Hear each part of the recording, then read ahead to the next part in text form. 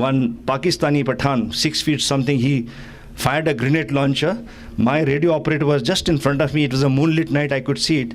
That grenade burst just in front of him and his whole abdomen ripped apart and his entrails started rolling out. All his contents of his stomach started rolling out. And this young man, in order to save himself, he's staggering like this and he was trying to put everything back.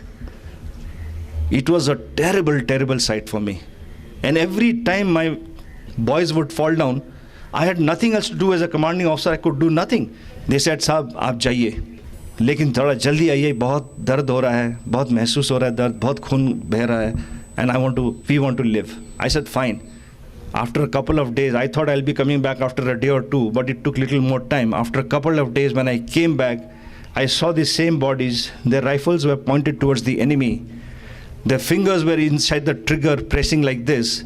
Their magazines were finished. All the bullets were fired, and they were dead, frozen solid. They died fighting till the last breath. This is our soldier.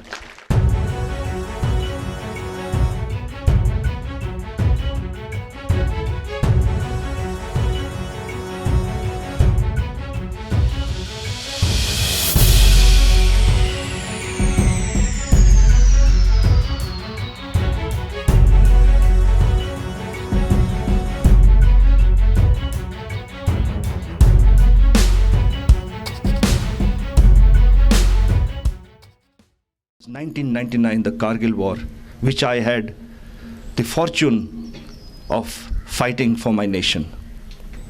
When I was flown into that place in 2 helicopters, normally you ask for 1 helicopter for a recce mission, you don't get it.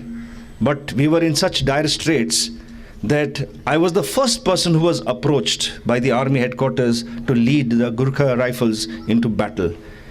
And I didn't ask for anything, but they wanted me in so badly, they sent 2 helicopters, 1 for my baggage and 1 for me, and I was dropped straight into the battlefield.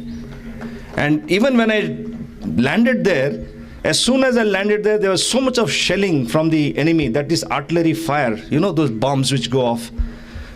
There was so much of shelling. My second in command who had come to meet me, he just hugged me very tightly. And I told him later on, because he was so relieved to see the commanding officer who has come now to lead them into battle. So I was joking with him later on. I told him, if your wife had seen the way you hugged me, she would have been very jealous. Anyway, we got into battle.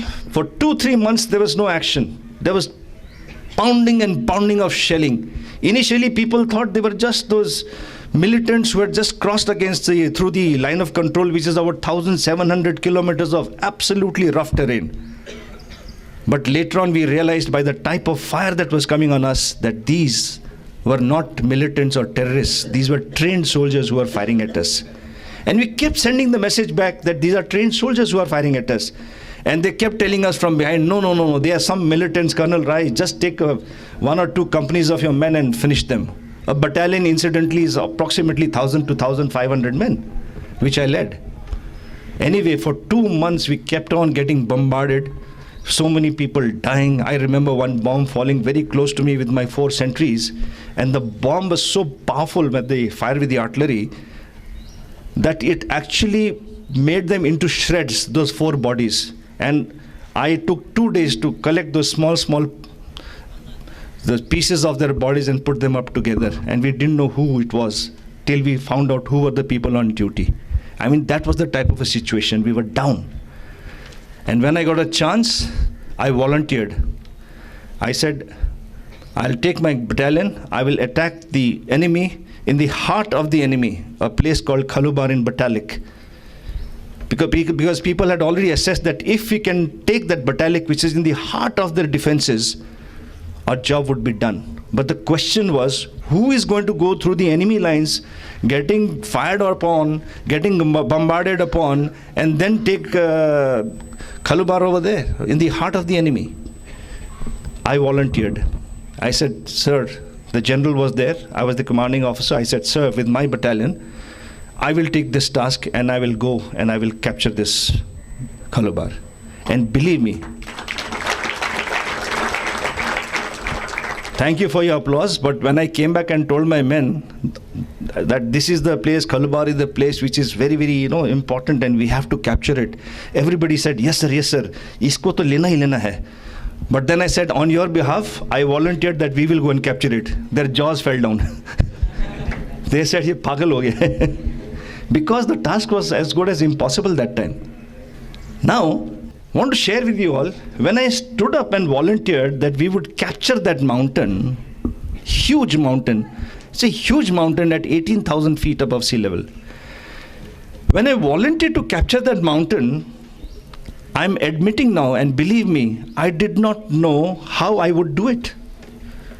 I did not know whether I was capable of doing it, and whether just 1,000 or 1,200 people that I had with me were capable of even reaching up to that mountain, leave alone taking it with the enemy sitting on top. But like my father always taught me, first you dare, then you think, then you do. And I said, I will do it come what may. And my prophecy was held true later on. Now, before I come to the battle scene, let me tell you one thing. It is not one enemy that we fought against there in Batalik and the Kargil War. 3 types of enemies. The first type of enemy was the high altitude. 18,000 feet above sea level was the battlefield. Nowhere in the annals of military history would you have heard of a battlefield at 18,000 feet. What happens at 18,000 feet? The temperatures prevalent are minus 32 degrees Celsius. Minus 32 degrees Celsius. And for all the ladies and the girls who are sitting down here who know something about buying a fridge, you know that the freezing component or the freezer of a fridge, the best one that you can get the quality, the lowest degree that it can go to is minus 8 degrees Celsius. And here we were fighting a battle at minus 32 degrees Celsius in a absolute freezing cold. And in that cold, when people are not equipped and they are not acclimatized properly, even if they are standing outside as sentries to guard our defenses, next morning they are found dead, stone, absolutely frozen like a stone. So that's why we have to be very careful how we acclimatize, how we train our people to recognize when the danger of the weather is coming on to us. And at that altitude, when people die, a normal person, the height is around 5 feet 6 inches, 5 feet 5 inches. When he dies over there because of the enemy fire or because of the weather, we have to send the body down. So we ask for a helicopter because we are sitting at 18,000 feet and above. When the helicopter comes, we realized that the helicopter, the length inside and the breadth inside is just about 3 feet, 3.5 feet. So how do you send the body in because the door has to be closed? Do you know what we have to do? These are the stark realities that we faced there. We had to chop the bodies into 2-3 pieces, tie them and put them in gunny bags and send them down. And whom are you chopping? Your own soldier? Your comrade? Someone you have trained and lived with so many years. Stark realities. Then we have something called crevasses over there in the snow. Those are, when you are walking at 18,000 feet, there is no soil under you. It is total ice, ice and ice, which is called a glacier. And when the glacier cracks sometimes because of the shift in the plates of the earth, it cracks and makes huge gaps. And the depth of those gaps is several kilometers down. So when we are walking, if the gap is small, you can't see it. The soft snow covers it up. The wind chill factor makes the surface little hard. So the first 2 people just walk across and the third one is just swallowed inside. Now to make sure that we are safe from that, about 15 people tie themselves with each other. One person here, next person next to that entrance over there with that much distance and a rope. And we are on a steep incline like this.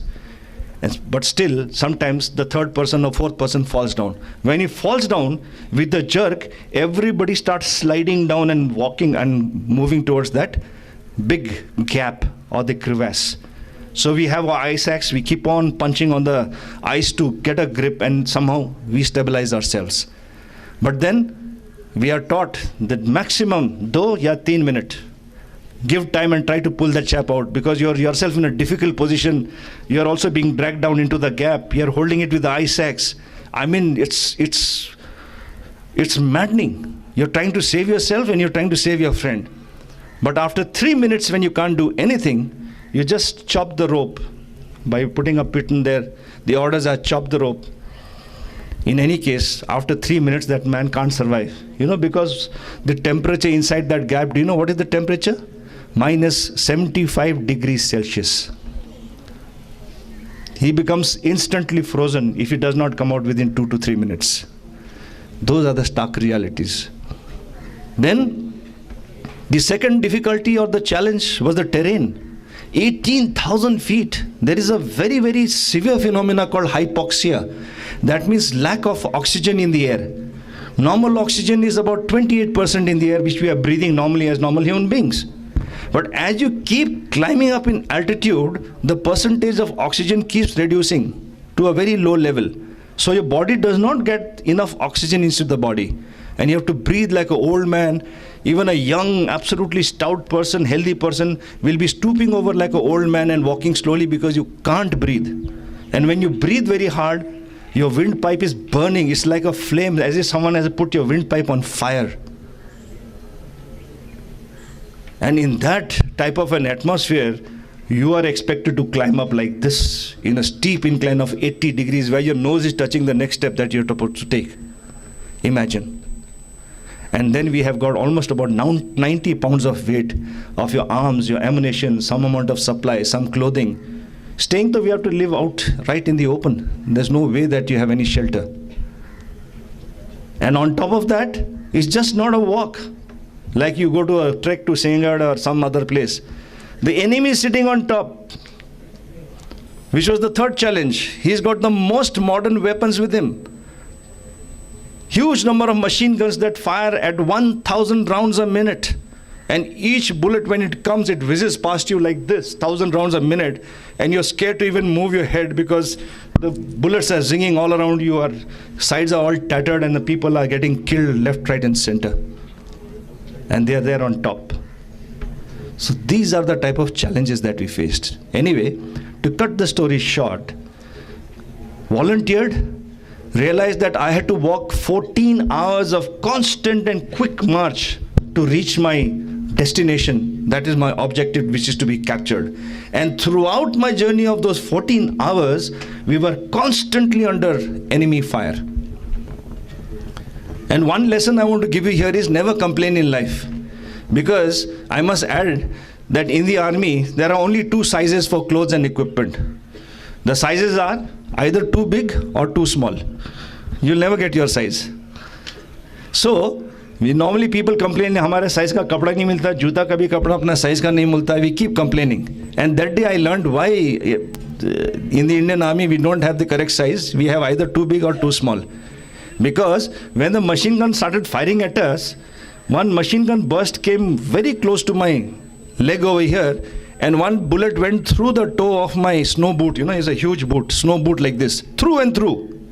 But luckily the snow boot was so big for me, my toes remained this side and the bullet went through in the front. So what I'm trying to say is never complain. Everything has got good news and everything has got a positive side to it. Now, out of those 16 or 1500 or 1200 to 1500 men, I chose a very fit 600 to 800 men to come and follow me. And that time I told them, sir में कफन बांधो और कभी सोचो नहीं कि हम वापस आएंगे. हम वापस नहीं आएंगे. Just think that we are finished. Because if you try to save yourself and preserve yourself at this juncture, at this very, very serious moment, you will never be able to succeed because the weather will get you, the mountain will get you, the bullet will get you, the enemy will get you. There are so many challenges. But if you say, कि now sar mein kafan banda hai, let anything come and I will do it, nothing can stop you. You become invincible. So I made them invincible by telling them, we are not coming back, sar mein kafan bando, and just think that we will be part of history, whether we live or we die. And the second thing is, if we keep sitting down here, they will keep bombarding us, we might die. An ignominious death, nobody will know. We died out of a shelling that came from the enemy we could not see. But if we try, then we can capture, we may capture, and we will be part of history, and we may emerge victorious. We have a chance of victory. We have a chance to win. So try you must.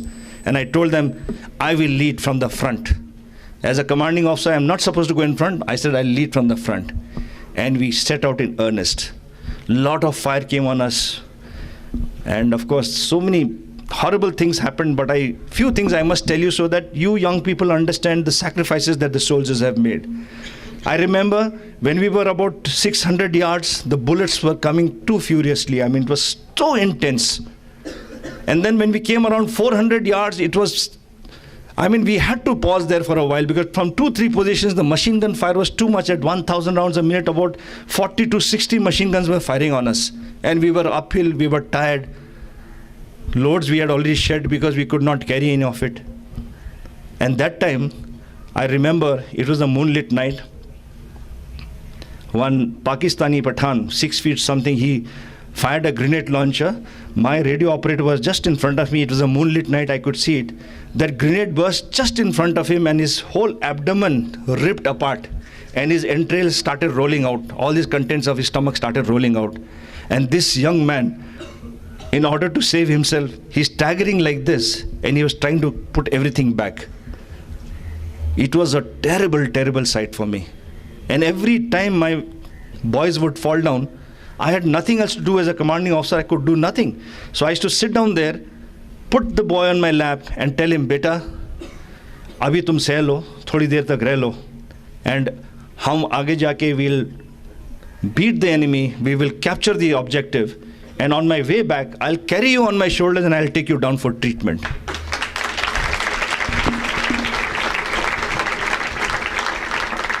And here I must share with you, my young soldiers, the bodies absolutely bullet-ridden, bleeding profusely, they still said, "Saab, we understand that you require maximum manpower to reach on top." Because my challenge was, mujhe din hote hote, before the sun rises next morning, I have to reach the top. Because if I don't reach the top in the morning, I'm finished, we'll be butchered, because from all adjoining areas, they'll pick us up like flies one by one. I had to reach there in the morning. That was the challenge. They said, "Saab, aap jaiye. लेकिन थोड़ा जल्दी आइए, बहुत दर्द हो रहा है, बहुत महसूस हो रहा है दर्द, बहुत खून बह रहा है, and we want to live." I said, "Fine." I used to drag them behind a rock, point their rifle towards the enemy, and said, "Beta, tum fire karte raho दुश्मन की तरफ, हम जाएंगे." And I must share with you, after a couple of days, I thought I'll be coming back after a day or two, but it took little more time. After a couple of days, when I came back, I saw the same bodies. Their rifles were pointed towards the enemy. Their fingers were inside the trigger, pressing like this. Their magazines were finished. All the bullets were fired, and they were dead, frozen solid. They died fighting till the last breath. This is our soldier.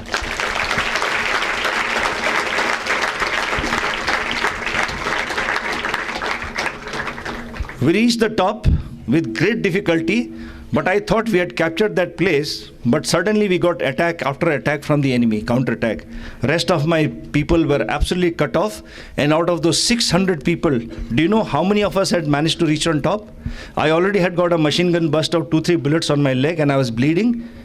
When I asked people to count how many of us were there on top, do you know how many of us were living and fighting? There were just 8 of us on top. And we were surrounded by the enemy. And they kept on attacking us, kept on attacking us, kept on attacking us. And finally, to cut the story short, let me tell you, there was a time when I was left with only 2 bullets. I was left with only 2 bullets. I said, "Ek bullet, dushman, second bullet, my own head." Because I cannot even dream of being captured and made prisoner of war by a Pakistani. But fortunately for me, my artillery guns came into place. I asked them for artillery fire. They fired and pounded the enemy as they attacked us. And on the 4th night, remember, 3 nights and 4 days, no sleep, not a wink of sleep. Because if you sleep, it means death. The enemy will just come and attack you. Not a drop of water, because we had no water. Everything was chidra, everything was absolutely riddled with bullets. The snow which was there, white snow, it was all absolutely covered with that chemical, which when you bombard over there, the chemical is spread around with the artillery shelling. And if you drink that water or that snow into a ball and drink it like this, you are finished. You will have diarrhea and you don't need a bullet. After 2 days, you will in any case die. So you can't even drink that water. No food. Where to get the food from? 3 nights, 4 days. And in this halat, when we got this artillery fire, on the 4th day, my reinforcements came up with my second in command, and we planted the Tiranga Jhanda, and I unfurled the Tiranga Jhanda like I did over here.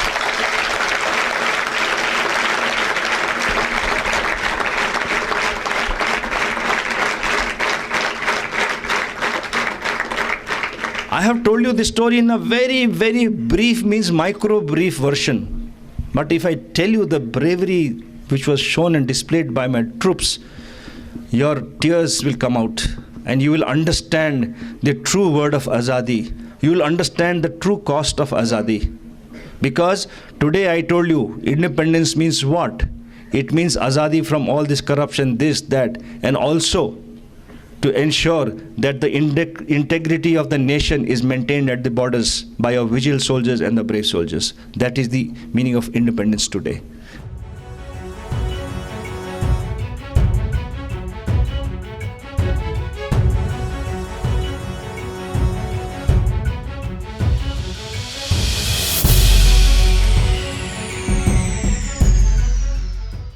The first, please practice tolerance and respect. Today there is too much of intolerance. We cannot tolerate each other's religion. We do not tolerate each other's culture.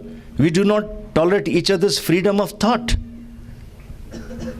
You see the road rage, even in traffic. Fellow will make a mistake over there and start giving you and staring at you. What have you done? Why can't you let me do the way I go?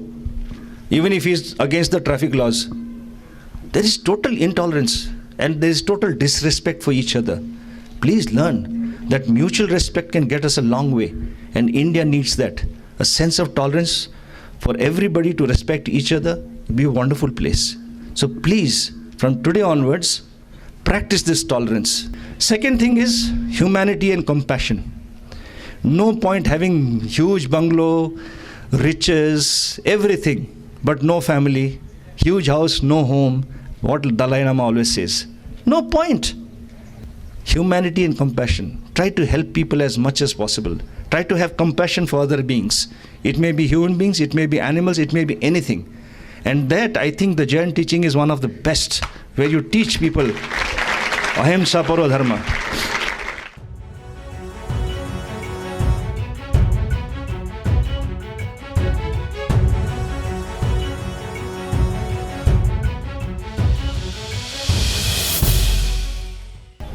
Discipline is something which is abhorred, not liked by most of the students and young people, because they think discipline means chain mein bandhna, hunter ghumana. That's not discipline. The discipline I'm talking about is more of self-discipline. You know, one of the famous speakers compared discipline with a kite, the strings of the kite. When you throw the kite up like that and the string pulls it, it starts climbing higher and higher, it starts flying. After some time, that kite, who is the student, he feels he's gone very high and he's being controlled and restricted because of this string. Don't you all feel that? It's being controlled and restricted because of the string. So when you cut the string, will the kite go higher? The string is the one which guides you to actually go higher. It is a guideline for your success, and it is not the other way around.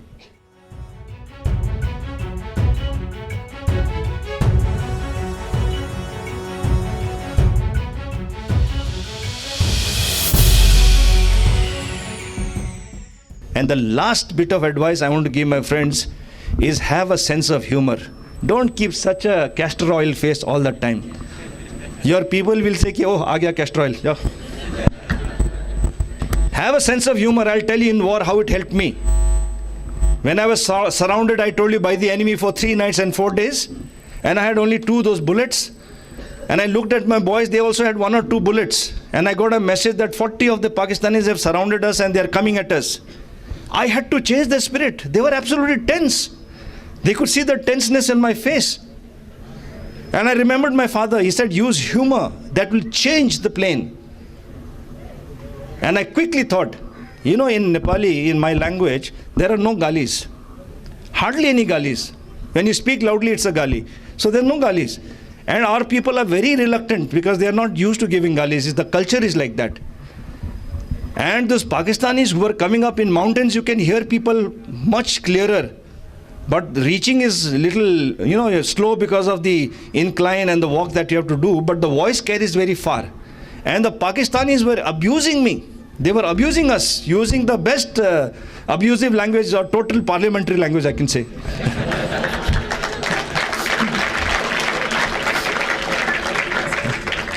So everybody understands parliamentary language.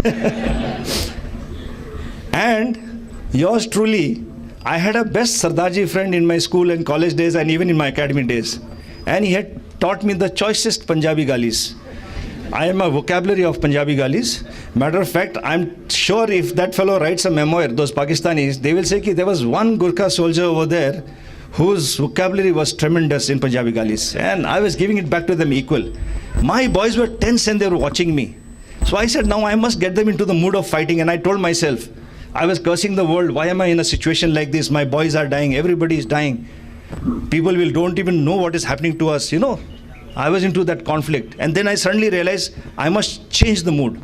So I looked at my boys and I told them, pardon me for using, because I'm a Fauji, I can use a few here and there. Okay?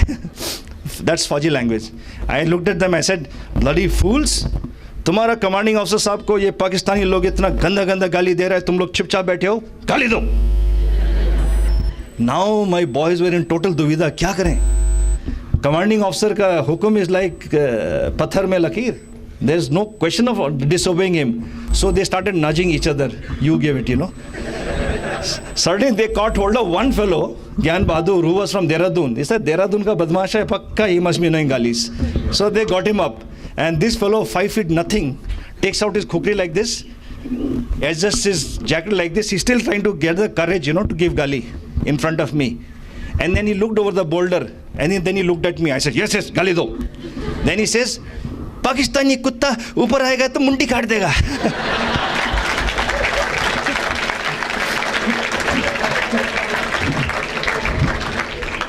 When he said that, I started laughing and I told him, Gyan Bahadur, Pakistani log pakka marega, lekin wo hans ke marega ki Gorkhe log gali bhi nahi de sakte. And believe me, in such a serious condition, the soldiers suddenly got josh. They took out the khukris. I remember chopping those Pathans, 6 feet something, and my guys just 5 feet, they were jumping and chopping those heads, and the heads were rolling down. They just got up, took the khukris out, and they said, Saab, ek hi goli hai to kya hua? Khukri hai na? Kaat ke marenge jab tak hum nahi marenge, saab. Suddenly that josh was there.